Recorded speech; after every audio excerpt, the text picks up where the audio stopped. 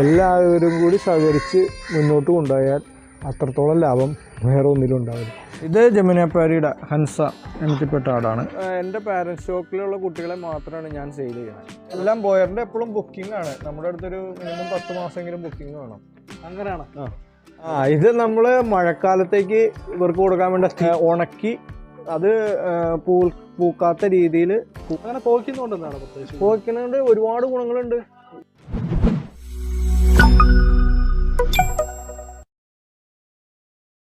Hi friends, നമസ്കാരം. എല്ലാവർക്കും പുതിയൊരു വീഡിയോയിലേക്ക് സ്വാഗതം. ആട് വളർത്തലുമായി ബന്ധപ്പെട്ട മറ്റൊരു എപ്പിസോഡുമായിട്ടാണ് ഞാനിന്ന് വന്നിരിക്കുന്നത്. നമ്മുടെ ആലുവയ്ക്ക് അടുത്തുള്ള സന്തോഷ് ഏട്ടൻ്റെ കുഞ്ഞൂസ് ഗോഡ് ഫാമിലാണ് ഞാനിപ്പോൾ നിൽക്കുന്നത്. ഇവിടെ പ്രധാനമായിട്ടും വിവിധ തരത്തിലുള്ള ആടുകളെ വളർത്തി അതിൽ നിന്നും വരുമാനം ഉണ്ടാക്കുന്ന ഒരു കർഷകനാണ് നമ്മുടെ സന്തോഷ് ഏട്ടൻ. ഇവിടെ ബോയർ ആടുകളാണ് മെയിനായിട്ട് ഫോക്കസ് ചെയ്തിരിക്കുന്നത്. എന്തായാലും ഇവിടുത്തെ ഫാമിംഗ് വിശേഷങ്ങൾ കൂടുതലായിട്ട് നമുക്ക് കണ്ടു കേട്ട് തന്നെ മനസ്സിലാക്കാം. നമുക്ക് നേരെ പോകാം വീഡിയോയിലേക്ക്. സന്തോഷ് ഏട്ടാ, നമസ്കാരമുണ്ട്. നമസ്കാരം. ചേട്ടൻ അപ്പോൾ ഈ ഒരു മേഖലയിലോട്ട് വന്നിട്ട് ഇപ്പോൾ എത്ര വർഷമായി?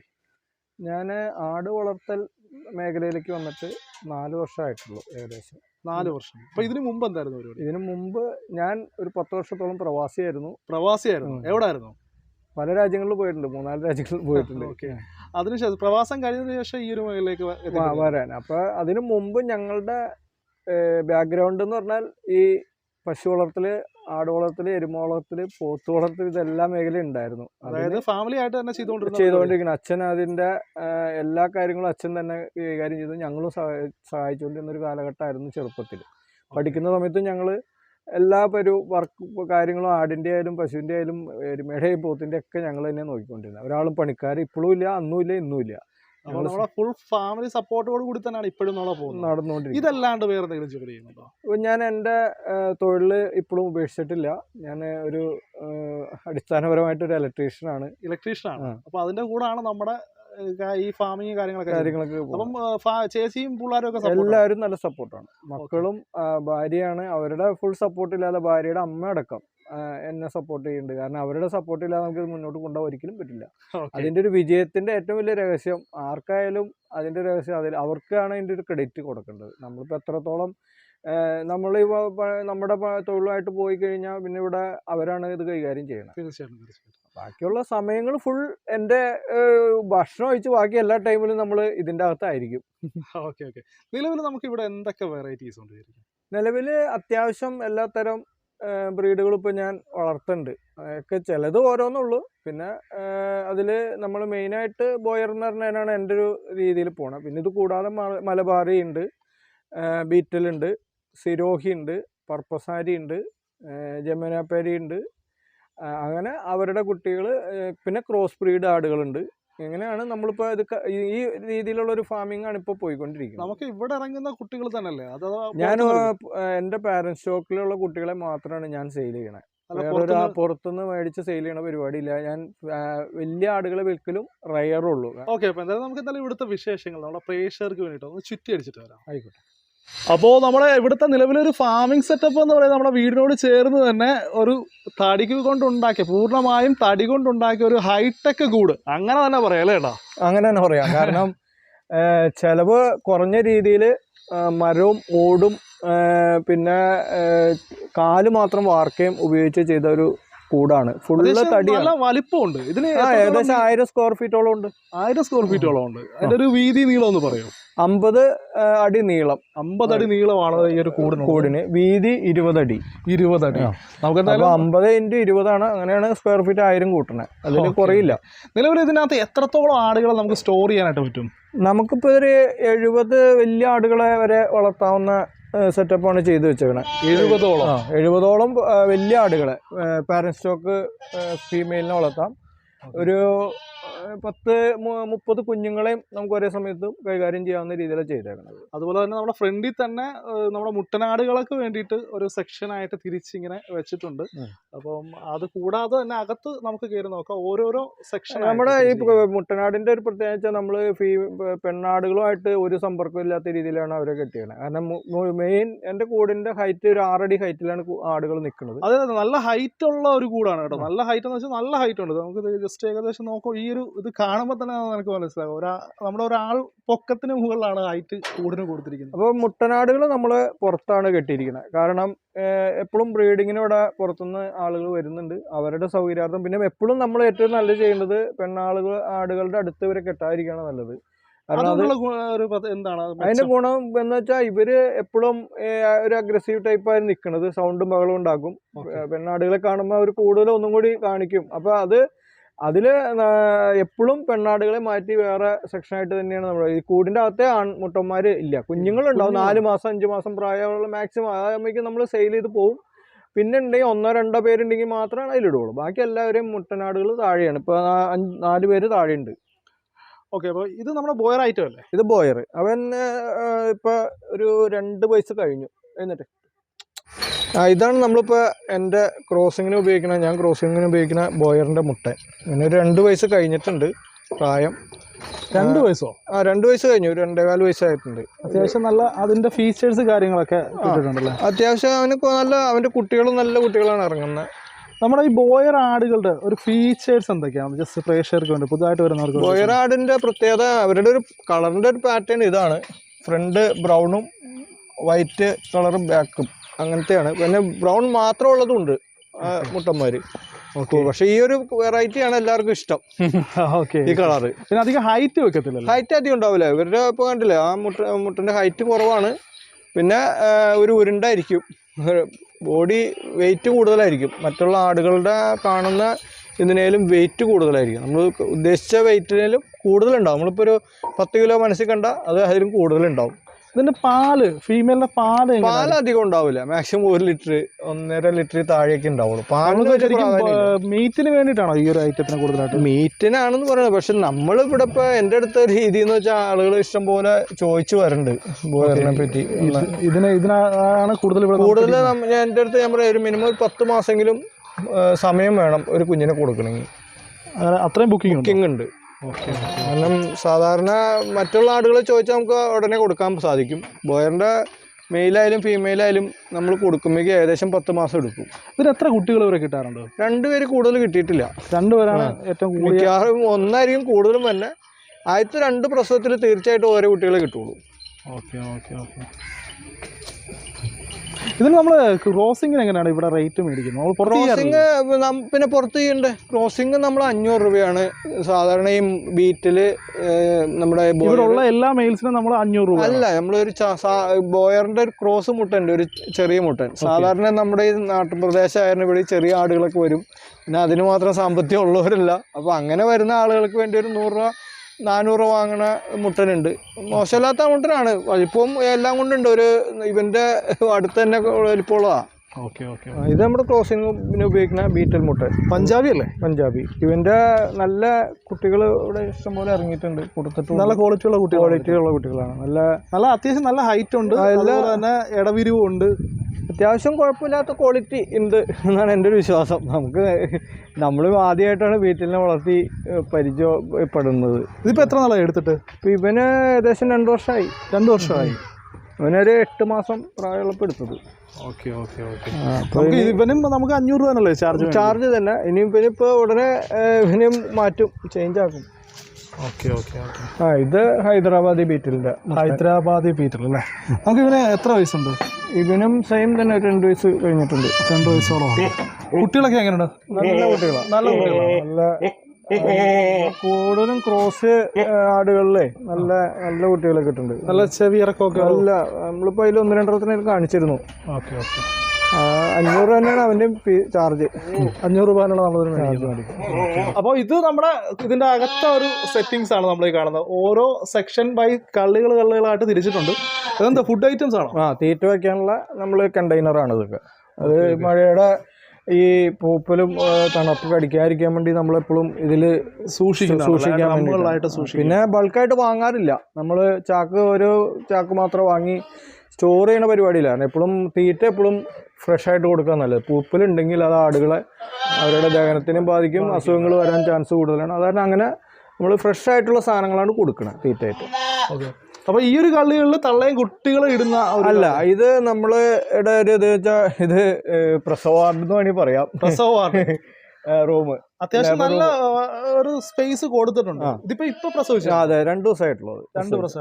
അവള് നാടൻ ആടാണിത്. അവളൊരു വളരെ ചെറിയ ആട്. അത് എനിക്ക് ഭയങ്കര ക്യൂട്ടാണ്. അവള് നമ്മളെ എപ്പോഴും നല്ല ഒരു ഇതുള്ള ആടാണ്. അവളുടെ ഒരു കുഞ്ഞു ഒരു കുട്ടി അവള് തരണുള്ളൂ. അത് മുട്ടൻകുട്ടിയായിരിക്കും. അങ്ങനെ ഒരു ഇത് മൂന്നാമത്തെയാണ്. നാടൻ ടൈപ്പാണ്. വലിയ വലിപ്പവും ഒന്നും ഇല്ലാത്ത, വളരെ ചെലവ് വളരെ നിസ്സാര തീറ്റ മതി. അവള് പിന്നെന്താന്ന് വെച്ചാൽ ഒരു ഗുണം, പാലും കിട്ടും. അതിന് 1/2 ലിറ്റർ പാലോളം കിട്ടും. കുട്ടി കുടിച്ചു കഴിഞ്ഞിട്ട് 1/2 ലിറ്റർ പാൽ കിട്ടുന്ന ഒരാടാണ്. ആ പാല് സെയിൽ ചെയ്യാറില്ല, നമ്മൾ തന്നെ സ്വന്തമായിട്ട് കുടിക്കല്. അപ്പൊ നമ്മള് പുറത്ത് പാലൊരിക്കലും സെയിൽ ചെയ്തില്ല? പുറത്ത് പാൽ സെയിൽ ചെയ്യുന്നുണ്ട്. നമ്മളൊരു 4-5 ലിറ്റർ പാലോളം ദിവസം വിൽക്കുന്നുണ്ട്. നമുക്ക് ഇവിടെ ലിറ്ററിന് എത്ര രൂപ വെച്ച് കിട്ടുന്നു? ഇപ്പൊ 120 രൂപ പ്രകാരത്തിലാണ് വിൽക്കുന്നത്. 100 രൂപ ആയിരുന്നു ആദ്യം സ്റ്റാർട്ട് ചെയ്തപ്പോ. ഇപ്പൊ നമ്മളൊരു 20 രൂപ കൂട്ടി. എല്ലാ തീറ്റയുടെയും എല്ലാത്തിനും ചെലവ് വർദ്ധിച്ചതിനനുസരിച്ച് നമുക്ക് ഇതിനും ചെലവ് വർദ്ധിക്കാണല്ലോ. അതുകൊണ്ട് നമ്മളൊരു 20 രൂപ കൂട്ടി. പല സ്ഥലത്തും 150 വരെയൊക്കെ വിൽക്കുന്ന സ്ഥലങ്ങളുണ്ട്. ചില പ്രദേശങ്ങളിൽ അതിലും കുറവിൽ വിൽക്കുന്നവരുണ്ട്. പക്ഷെ നമ്മുടെ ഇവിടുത്തെ ഒരു സാഹചര്യം. ഇത് ഏതാണ് ഐറ്റം? ഇത് പർപ്പസാരിയുടെ കുട്ടിയാണ്. പർപ്പസാരിയുടെ കുട്ടിയാണല്ലേ? മറ്റേതോ? അത് ഒരു ക്രോസ് ബ്രീഡ്.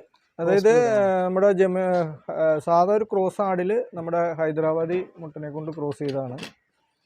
നല്ല എത്ര ദിവസം പ്രായം? ഇതിപ്പോ 4-5 മാസം പ്രായം.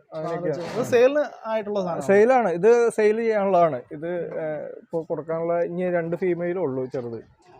അപ്പൊ എല്ലാം ഒരുവിധം ഈ കഴിഞ്ഞ ബാച്ചൊക്കെ തീർന്നു. നമ്മൾ ഓരോ ബാച്ച് ഇറങ്ങണത് അതനുസരിച്ചാണ് സെയിൽ ചെയ്യണത്. ഇവര് 1 മാസത്തിൽ ജനിച്ചവരാണ്, അതാണ് അങ്ങനെ ഇട്ടേക്കണേ. പിന്നെ അടുത്ത ബാച്ച് എന്ന് പറഞ്ഞാൽ ഇപ്പൊ ജനിച്ചതും ഇപ്പൊ ഒരു ഏകദേശം 1 മാസം അതിലും താഴെ പ്രായമുള്ളവര് 1.5 മാസം, മാക്സിമം ഒരു 1-1.5 മാസത്തിലുള്ള നിൽക്കാനാണ്. ഇവരൊക്കെ ഒരു ബാച്ചുകാരാണ്. ഇതില് എല്ലാം ഉണ്ട്. ബോയർ ഉണ്ട്, ഈ ക്രോസ് ബ്രീഡ് ഉണ്ട്. ബോയറിന്റെയാണ് കൂടുതൽ കുട്ടികളതിൽ. ഇതെല്ലാം ബോയറിന്റെ എപ്പോഴും ബുക്കിംഗ് ആണ്. നമ്മുടെ അടുത്തൊരു മിനിമം 10 മാസമെങ്കിലും ബുക്കിംഗ് വേണം. അങ്ങനെയാണ്. നമുക്ക് ഇവിടുത്തെ ഒരു സെയിൽസ് കാര്യങ്ങൾ എങ്ങനെയാണ്? മതിപ്പാണോ അതോ?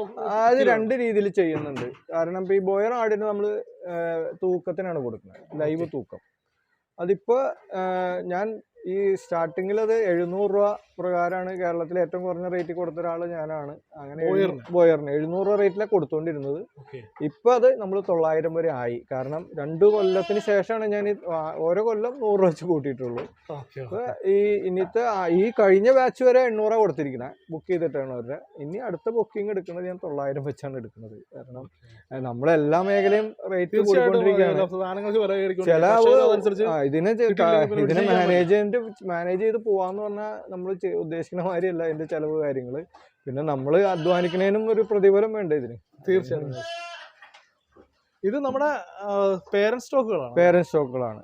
ഇതിപ്പം ചനയായിട്ട് നിൽക്കുന്നതാണോ? അല്ല, ഇവരൊക്കെ പ്രസവിച്ചിപ്പോ ഈ ബാച്ചുകളുടെ അമ്മമാരാണ് അല്ലേ? കറവയുള്ള ഐറ്റംസ്. കറവുണ്ട്. അവരെ നമ്മൾ കറന്നെടുക്കാറില്ല. നമ്മള് 3 മാസം വരെ കുട്ടികളെ കുടിപ്പിക്കും. ആ 3 മാസത്തിന് ശേഷമാണ് കറന്നെടുക്കണം. അതിനുശേഷം മാത്രമേ നമ്മൾ കറന്നെടുക്കുള്ളൂ. അതിന്റെ ആ ഒരു ക്വാളിറ്റി കുട്ടിക്ക് കിട്ടുന്നുണ്ട്.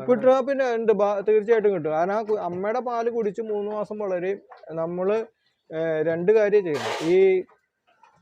ഇവരെ പ്രസവിച്ച് ഉടനെ തന്നെ ഏകദേശം ഒരാഴ്ചക്കുള്ള അമ്മയുടെ അടുത്ത് നിന്ന് കുട്ടികളെ മാറ്റും. ദൂരേക്കല്ല, തൊട്ടടുത്തതിലേക്ക് മാറ്റും. അങ്ങനെ. അപ്പൊ ഇവര് എന്താ ഗുണം എന്ന് വെച്ചാൽ ഒരു ദിവസം 4 പ്രാവശ്യം നമ്മൾ ബ്രീഡ് ചെയ്യിപ്പിക്കും.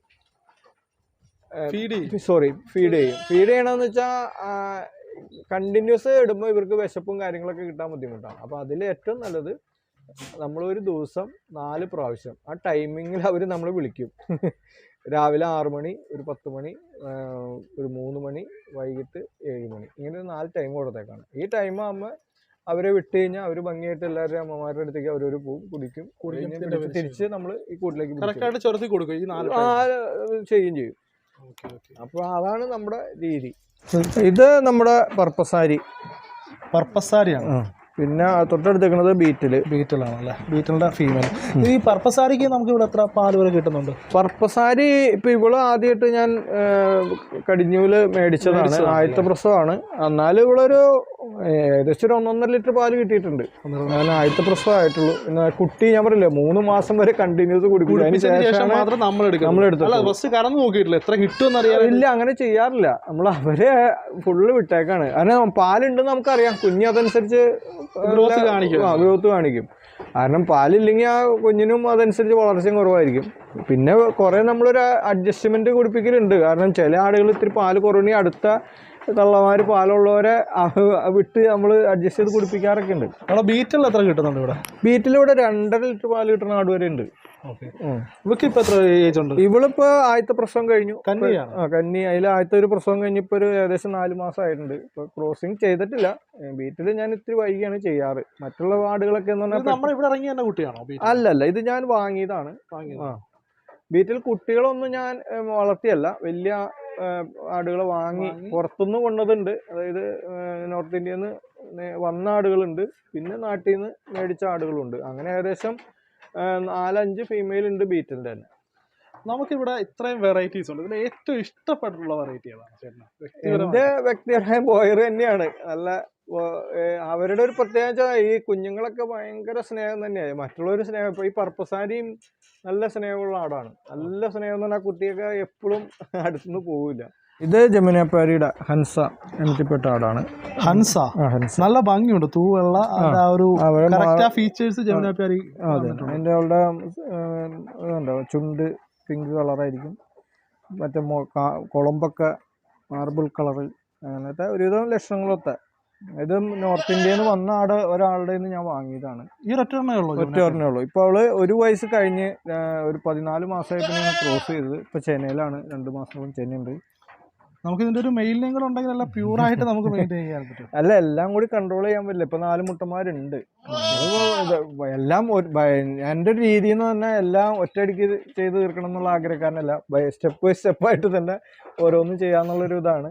അപ്പൊ അതിന്റെ നല്ല വശങ്ങളും ചീത്ത വശങ്ങളും കുറെയൊക്കെ പഠിച്ച് ഇനിയും പഠിച്ചുകൊണ്ടിരിക്കുകയാണ്. അതുപോലെ നല്ലൊരു ക്വാളിറ്റി ഉള്ള ഫീമെയിലാണ്.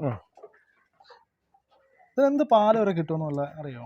അല്ല, ഇതിപ്പോ ആദ്യമായിട്ടാണ് വളർത്തണത്. ഇതിപ്പോ അതിന്റെ ഗുണോ ദോഷമൊക്കെ നമ്മൾ തന്നെ ഒന്ന് പഠിച്ചതിന് ശേഷം പറയാൻ പറ്റുള്ളൂ. കേട്ടിട്ടൊക്കെ ഉണ്ട് ഇത് കൊല്ലത്തിലെ ഒരു പ്രസവമാണെന്നൊക്കെയാണ്. എല്ലാ ജമുനാപ്പാരിയുടെ ഒക്കെ ഒരു പ്രത്യേകത അതാണ്. ഇപ്പൊ ഇവര് ഇത് മലബാറി ആടുകളാണ്. മലബാറികൾ. അത് അമ്മയും മോളും അവരൊക്കെ ചെനക്കാരാണ്. ഒന്നുമില്ല, നമ്മൾ അതേ രീതിയിലാണ്. ഇപ്പൊ ഒത്തിരി ബുദ്ധിമുട്ടുള്ളവരെ കെട്ടിയിടും, അല്ലാത്തവരെ അഴിച്ചു വിടും.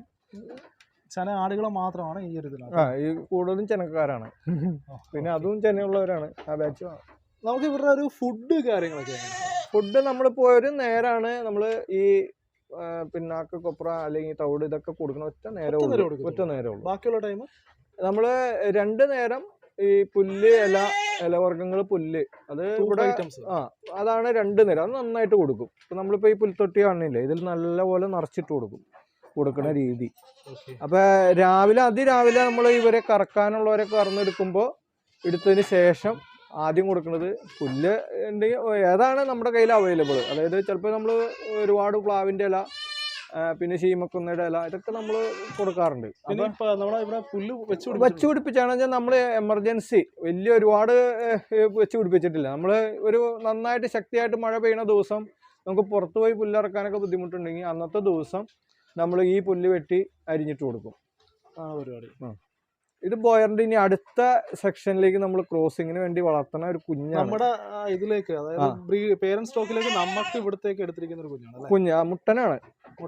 കാരണം ഇനിയിപ്പോ നമ്മൾ നിൽക്കുന്ന 2 വയസ്സില്ല, അവനൊരു 2.5 ഒരു 5-6 മാസത്തിനുള്ളിൽ ഞാൻ അവരെ ഇവിടുന്ന് മാറ്റും. കാരണം മാക്സിമം നമ്മൾ 2.5 വയസ്സിൽ കൂടെ നിർത്താൻ വെച്ചാൽ ഇവരെ കുട്ടികളോട് വരുമ്പോൾ അവൻ തന്നെ ക്രോസ് ചെയ്യാതിരിക്കാൻ വേണ്ടി ചെയ്യുന്ന ഒരു ഇതാണ്, ഇൻബ്രീഡിങ് ഒഴിവാക്കാൻ.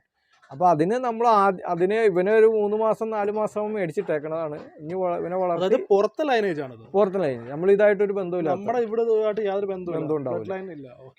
ബ്ലഡ് ലൈനിലുള്ള ഒരു കുഞ്ഞിനും ഞാൻ ഇവിടെ നിർത്താറില്ല ക്രോസിങ്ങിന് വേണ്ടി. ഞാനത് വേറെ മാറ്റിക്കൊണ്ടിരിക്കും. Boer Malabari cross. ഇത് നല്ല പാലുള്ള ഒരു അമ്മയുടെ അതിന്റെ അമ്മ ഇവിടെ ഉണ്ട്. അതിന്റെ അമ്മയാണ് അവിടെ ഉള്ളത്. ഇവിടെ ഉണ്ട് കിടക്കുന്നത്.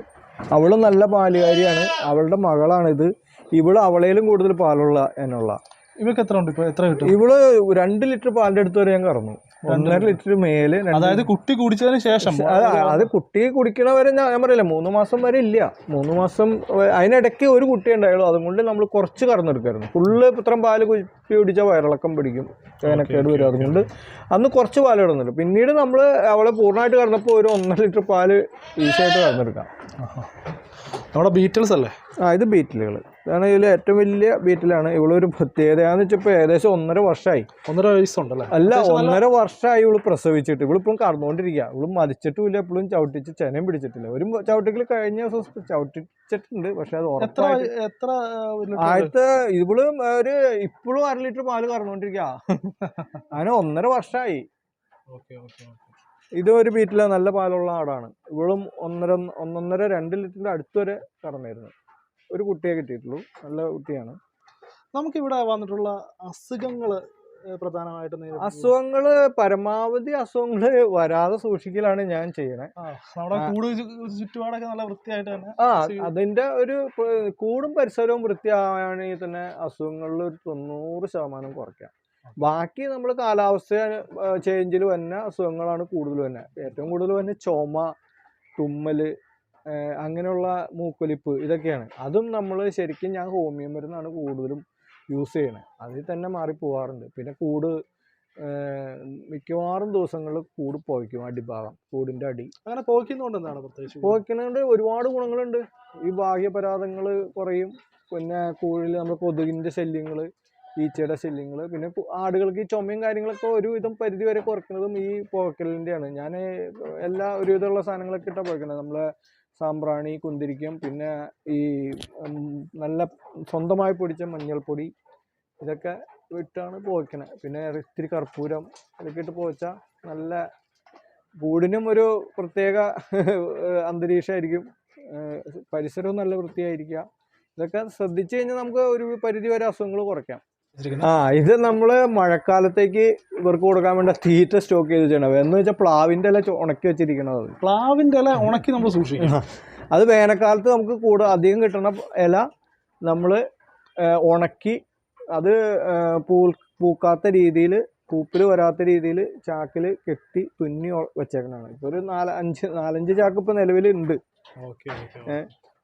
അപ്പൊ കഴിഞ്ഞ കൊല്ലൊക്കെ ഒരു 8-10 ചാക്കൊക്കെ ഉണ്ട്. അപ്പൊ അങ്ങനെ തീരെ നിവൃത്തി, മഴ അങ്ങനെ കണ്ടിന്യൂസ് ആയിട്ട് പെയ്യുന്ന സമയത്ത് ഒരു ചാക്ക് പൊട്ടിച്ച് എല്ലാവർക്കും ഓരോ പിടിയിട്ട് കൊടുക്കും. അങ്ങനെ അപ്പൊ അതുകൊണ്ട് ഒരുപാട് ഗുണങ്ങളുണ്ട്. ഒരുപാട് ഐഡിയാസ് ചേട്ടൻ്റെ കയ്യിലുണ്ട്. അല്ല, നമുക്കറിയാം, അനുഭവങ്ങളിലേക്ക് തന്നെ അത് പഠിക്കാൻ പറ്റുള്ളൂ. അല്ലാതെ നമ്മൾ ഈ ഒരു കാര്യം ആരും നമ്മളെ പഠിപ്പിച്ചിട്ട് കാര്യമില്ല, പഠിപ്പിച്ചിട്ട് പറഞ്ഞു തന്നിട്ട് കാര്യമില്ല. അനുഭവങ്ങൾ ചേട്ടൻ തന്നെ. നമ്മളിത് ഓരോന്നും അസുഖങ്ങളായാലും പരമാവധി വന്നാൽ തന്നെ ഞാൻ പറയില്ല, അത്യാവശ്യം നമുക്ക് ചികിത്സിക്കാൻ കഴിവ് വേണം. ആടുകൾക്ക് വരുന്ന അസുഖങ്ങൾ പരമാവധി നമ്മളെ കൊണ്ട് സ്വന്തം ചികിത്സിക്കാൻ തന്നെ കഴിവുണ്ടെങ്കിൽ പകുതി പ്രയാസങ്ങൾ അവിടെ തീർന്നു. അത് പഠിക്കുക തന്നെ വേണം. അത് പഠിച്ച് തന്നെ ചെയ്താലാണ് നമുക്കതിൻ്റെ ഗുണം കിട്ടുള്ളൂ. നമുക്ക് ഇവിടുത്തെ ഒരു ഇൻകം ഏതൊക്കെ രീതിയിലാണ് നമുക്ക്? എൻ്റെ രീതി എന്ന് പറഞ്ഞാൽ നമ്മൾ ക്രോസിങ് ഒരു വരുമാനമാണ്. പാല് വിൽപ്പനയുണ്ട്. നമ്മൾ 4-5 ലിറ്റർ പാലോളം നമ്മൾ ഡെയിലി വിൽക്കുന്നുണ്ട്. 120 രൂപ റേറ്റിൽ കൊടുക്കുന്നത്. പിന്നെ നമുക്ക് ഇതിൻ്റെ ആട്ടും കാഷ്ടം അത് നമ്മളിവിടെ ചാക്കിലാക്കി വെച്ചിട്ടുണ്ട്. അപ്പോൾ അത് നല്ല രീതിയിൽ ചാക്കിലിരിക്കുന്ന കാഷ്ടമാണ്. അത്യാവശ്യം ഇത് താഴെ കിടക്കുന്നതെല്ലാം കാഷ്ടമാണ്. അതിൽ എല്ലാം ഡ്രൈ ആയിട്ട് കിടക്കണം, വെള്ളത്തിന്റെ അംശം ഉണ്ടാവില്ല നമ്മുടെ. അതെന്താണ്? അത് ഞാൻ ഈ കൂടിന്റെ അടി മൊത്തം ഈ ചുടുകട്ട വിരിച്ചിട്ടുണ്ട്. അതായത് ഈ വിരിച്ചിരിക്കുന്നത്? അതെ, ഇതേ രീതിയിൽ അടിയിൽ മൊത്തം വിരിച്ചേക്കാം. അപ്പോൾ വെള്ളത്തിന്റെ ഒരു എത്ര മഴക്കാലാണെങ്കിലും കൂട്ടിലേക്ക് ഈർപ്പുണ്ടാവില്ല. നമുക്കെല്ലാം തൂത്തുകൂട്ടി എടുക്കാൻ ഈസിയാണ്, കൈകാര്യം ചെയ്യാൻ ഈസിയാണ്. ഓക്കെ. അപ്പോൾ അതൊരു ഞാൻ 2 ആഴ്ച കൂടുമ്പോൾ നമുക്ക് എപ്പോഴും ഓർഡർ അനുസരിച്ച് അത് ചാക്കിൽ നിറച്ച് കൊടുക്കുകയാണ്. അതൊരു എത്ര രൂപ കിട്ടും? ഇപ്പൊ നമ്മള് 250 രൂപയ്ക്കാണ് ഒരു ചാക്ക്. 50 കിലോ തന്നെ തീറ്റ ചാക്കോ ഒക്കെ തന്നെ ചാക്കിലാണ് നിറച്ച് കൊടുക്കുന്നത്. തുന്നി കൊടുക്കും. അത് മിക്കവാറും അതൊരു ഓർഡർ ഉണ്ട്. എപ്പോഴും ഒരു 20-30 ചാക്കിന് എപ്പോഴും ഓർഡർ ഉണ്ടാവും. അത് നമുക്കൊരു വരുമാനമാണ്.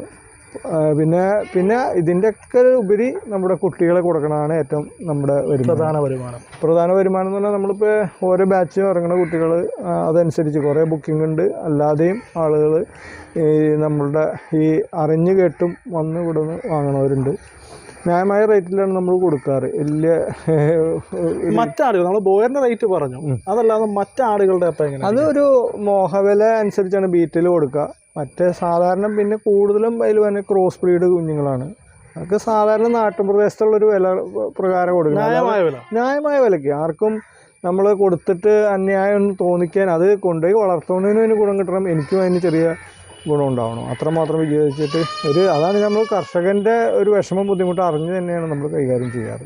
ചേട്ടൻ്റെ ഒരു എക്സ്പീരിയൻസ്, നമുക്ക് ഈ ആട് വളർത്തൽ ഒരു ലാഭകരമായിട്ട് കൊണ്ടുപോകാനായിട്ട് എന്തൊക്കെ കാര്യങ്ങളാണ് ശ്രദ്ധിക്കുന്നത്? ഞാൻ കുറച്ച് കാര്യം മുൻപ് പറഞ്ഞതുപോലെ തന്നെ നമ്മൾ ആദ്യം തന്നെ ആടുകളെ വളർത്തുമ്പോൾ അവരുടെ അസുഖങ്ങളാണ് കൂടുതലും നമ്മളെ അലട്ടുന്ന പ്രശ്നം. ആ അസുഖങ്ങൾ വരാതെ തന്നെ കൂടും പരിസരവും വൃത്തിയായി സൂക്ഷിക്കുകയും അസുഖങ്ങൾ വന്നാൽ അപ്പം തന്നെ സെക്കൻഡുകൾക്കകം അവർക്ക് ചികിത്സയും ചെയ്തു കഴിഞ്ഞാൽ ഒരു പരിധിവരെ നമുക്കിതിൽ ലാഭം ഉണ്ടാക്കാൻ സാധിക്കും. പിന്നെ രണ്ടാമത് നമ്മൾ വളർത്തുന്ന ഇനങ്ങൾ നമ്മൾ നല്ല രീതിയിൽ പാല് ഉൽപ്പാദന ശേഷിയുള്ള ആടുകളെ, വളർച്ചയുള്ള ആടുകളെയൊക്കെ തിരഞ്ഞെടുക്കാൻ ശ്രമിക്കുക. ഈ ചെറിയ ചെറിയ ആടുകളെ വാങ്ങി നമ്മുടെ സമയം നഷ്ടപ്പെടും, നമുക്ക് വരുമാനം കിട്ടില്ല. അപ്പോൾ അങ്ങനെ പുതിയതായിട്ട് വന്നവർ അങ്ങനെ ചെയ്യണതാണ് എപ്പോഴും ഇതിലേക്ക് ലാഭകരമായിട്ട് പോകുന്നത്. പിന്നെ മുഖ്യമായൊരു ഘടകം, നമ്മൾ ഒരു ഫാം നടത്തുമ്പോൾ പുറത്തുനിന്ന് ഒരു ജോലിക്ക് ആളെ വെച്ച് നടത്താതിരിക്കാൻ ശ്രമിക്കുക എന്നാണ് എൻ്റെ ഒരു അഭ്യർത്ഥന. കാരണം നമ്മളുടെ വീട്ടിലുള്ള കുടുംബാംഗങ്ങളും നമ്മുടെ മക്കളും എല്ലാവരും കൂടി സഹകരിച്ച് മുന്നോട്ട് കൊണ്ടുപോയാൽ അത്രത്തോളം ലാഭം വേറെ ഒന്നിലും ഉണ്ടാവില്ല. അത് ഒട്ടുമിക്ക സ്ഥലത്തും നടക്കാത്ത കാര്യമാണ്, പക്ഷെ അത് ആണ് ഇതിൻ്റെ ഏറ്റവും വലിയ വിജയം. അതാണ് ഞാൻ മറ്റുള്ളവരോട് പറയാൻ എനിക്കൊരു അഭ്യർത്ഥന. നിങ്ങൾ വീട്ടിലുള്ളവരെല്ലാവരും നമ്മളുടെ ഏത് പണിക്കും അതിൻ്റേതായ ബുദ്ധിമുട്ടും പ്രയാസമുണ്ട്, ഇതും അതേപോലെയുള്ള ബുദ്ധിമുട്ടും പ്രയാസമുണ്ട്. അത് എല്ലാവരും കൂടി സഹകരിച്ച് ചെയ്ത ആ ബുദ്ധിമുട്ടും പ്രയാസം ഒരു പരിധി വരെ നമുക്കത് കുറയ്ക്കാൻ സാധിക്കും, ലാഭകരമായിട്ട് നടത്തിക്കൊണ്ടുപോകാനും സാധിക്കും. അപ്പോൾ നമ്മുടെ സന്തോഷേട്ടൻ്റെ കോൺടാക്ട് ഡീറ്റെയിൽസ് കാര്യങ്ങളൊക്കെ ഞാൻ ഡിസ്ക്രിപ്ഷനിൽ ഇടുന്നുണ്ട്, ആവശ്യമുള്ളവർ കോൺടാക്ട് ചെയ്യാം. മറ്റൊരു എപ്പിസോഡുമായിട്ട് വീണ്ടും കാണുന്നവരെ ബൈ ബൈ.